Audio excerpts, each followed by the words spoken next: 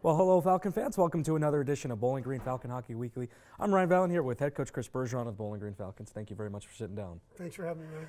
Well, it's been a long time since we've done this. Let's go all the way back to December 28th after the holiday break. You had about a 2.5-week break, and coming out and playing Western Michigan, not the best opponent. Well, not the best opponent to play in order to get a win, but losing 5-2 against Western Michigan. Thoughts for that loss? We were pretty disappointed. You know, it was 4-0 with 3 minutes to go in the first period, and it looked like somebody made mention the World Juniors was going on at the same time. It looked like the U.S. playing Denmark or something like that, and us being Denmark. So it was pretty disappointing. We were able to, we made a goalie change, and Eric came in and kind of closed the door a little bit, but it really wasn't a contest beyond the first period. And then you kind of try to take a step back as a coach and say, okay, we've had a couple of weeks off, but so had they, and the fight in our group, the competition in our group wasn't to the level that we had set for ourselves. So, over the next couple of days of practice, there was some questions asked, and it affected us that game. It did. The next couple of days of practice were just okay for our group. They weren't bad, but the energy had kind of left, and those smiles had kind of gone away. And maybe they were feeding off me, I don't know. But it was something that we needed to respond from and respond to. And like we've done all first half of the year, we responded. And that's exactly what you did. You responded indeed. That's been pretty much the theme of this whole season so far. Coming out to the Great Lakes Invitational, 6-4 win over Michigan, the first time that this team has been in the Great Lakes Invitational since 1984. So it's nice to be back into that tournament and then to pick up the victory over Michigan. Yeah, for sure. We had talked about just the event itself at length. We've got a bunch of players from Michigan, a bunch of Red Wings fans. We've got some people that we know that are employed with the Red Wings that were able to show our guys kind of the guts of the building. So not only were we there and playing in this, beautiful new building downtown Detroit, but our guys got to see, all the amenities that come with it. And it was a pretty neat thing. It's something you can almost get wrapped up in and forget about the game. Our guys didn't do that. I thought we had a really good game against Michigan. I mean, we were in control. It was 4-0 at one point. I think it was 5-2 or something going into the third period. Unfortunately, Ryan Bednar had struggled a little bit in the third period, which made it closer. But I didn't think the game was as close as the 6-4 score. That's just the way I felt.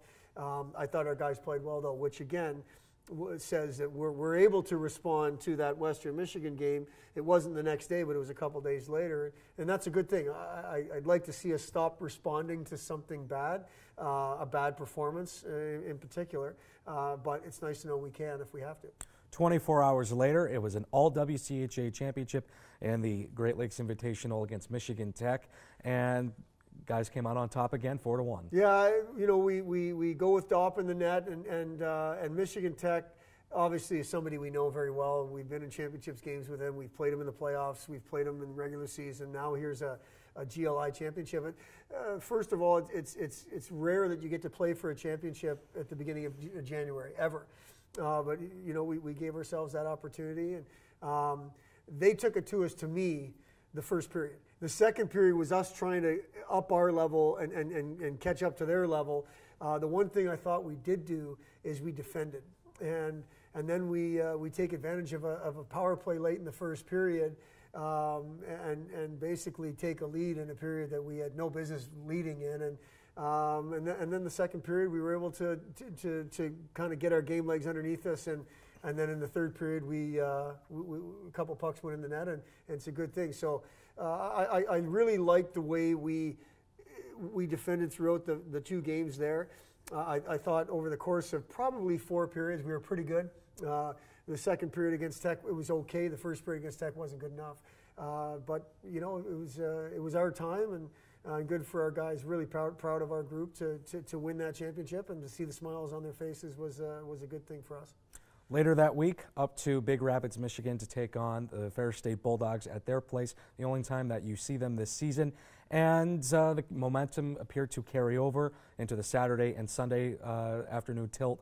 And 6-3 win on the Saturday game, and then 3-0 win on Sunday. Yeah, I would agree. I mean, I was asked before the weekend, is it going to carry over? It's something you hope it does, but you don't know. We were up 2-0, I don't know, 15 minutes into the first period on Friday, or 10 minutes into the first period on Saturday, excuse me. Now Ferris was able to come back and score 3 unanswered, and we go in the third period down a goal. But I liked our game on Saturday. I thought it was hard. It was north. Pucks were going in. Excuse me. We outshot them 21-7 in the third period. Scored 4 goals. Come away with a 6-3 win, and that momentum had carried over. The confidence had carried over, and we found ourselves in a situation where we go into Sunday's game.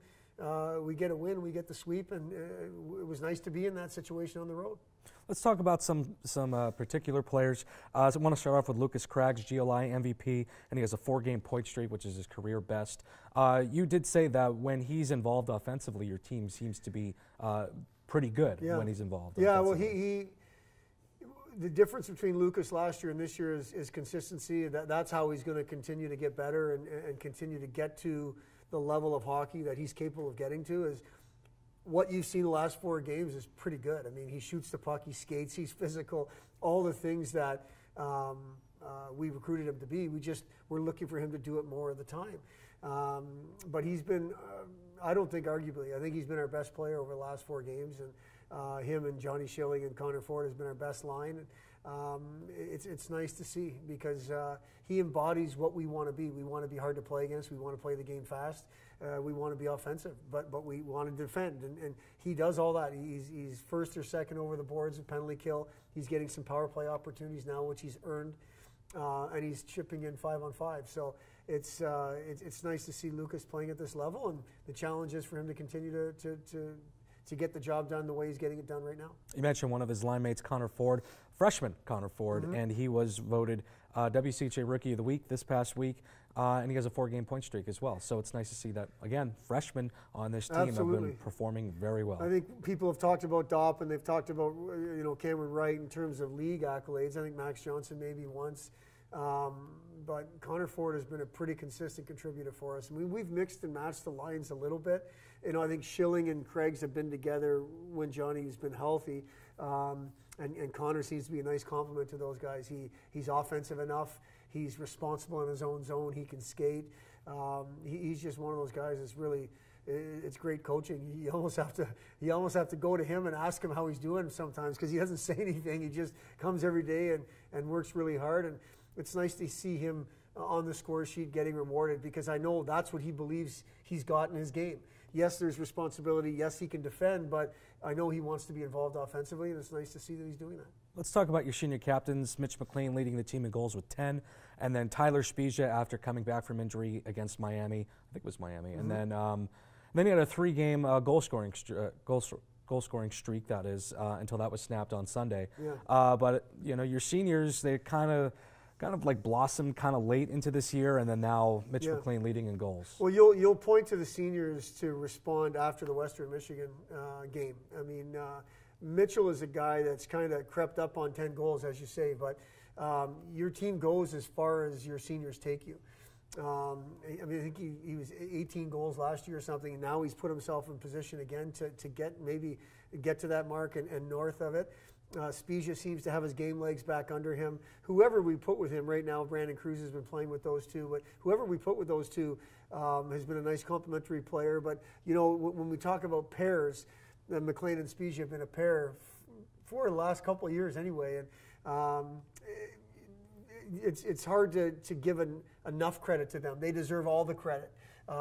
Everyone looks to the older guys on what to do when adversity comes, and those guys just kept playing. And we're going to continue to lean on them. We're going to need them this weekend. We're going to need them every day in practice. Our young freshmen, yes, arguably are not freshmen anymore, but they're still freshmen. And you look to the seniors on how to act and how to react. And 6 and 7 have done a pretty good job, and Mitchell and Tyler for us to this point. And Brett has played a bunch of hockey, and he's done a nice job. I think Mitchell and Tyler seem to be hopefully hitting their stride a little bit, no pun intended, for the second half run. And then what did you see out of your goaltending? Well, over the course of this weekend, I saw really good things. You put Dopp back in there because he's carrying over momentum from a win, and he deserves to play against from the Tech win, and he gets a win again. And then we discussed, well, do we go back with him, which would have been his third game over the course of a week. We wanted to get Bednard back in a game. He had practiced it pretty well in response to a tough third period against Michigan. I was really happy with their goaltending. Obviously Ryan got the shutout. Eric played a good game. We're right back to where we started. We thought maybe over the course of the first half, Ryan had separated himself just a little bit. And now that separation was closed again by the way Dobbs played since we've got back from break. So we've got a 1 and a 1, and that's a good position to be in. And lastly for you, Coach, looking ahead to this weekend coming up, pretty tough test, probably one of the toughest tests that you'll have over the course of the rest of this semester. Northern Michigan traveling out there, they are sitting at number 3 in the WCHA. You guys are at number 2, so it's kind of playing for the second and third spot in the WCHA moving forward to the playoffs. Right, it's the first time we've seen them this year. It's a team we know, and obviously they know us as well. We've played them in the playoffs. We've played them regular season series a bunch. They do pose a really difficult challenge for sure, and always have as far as I'm concerned.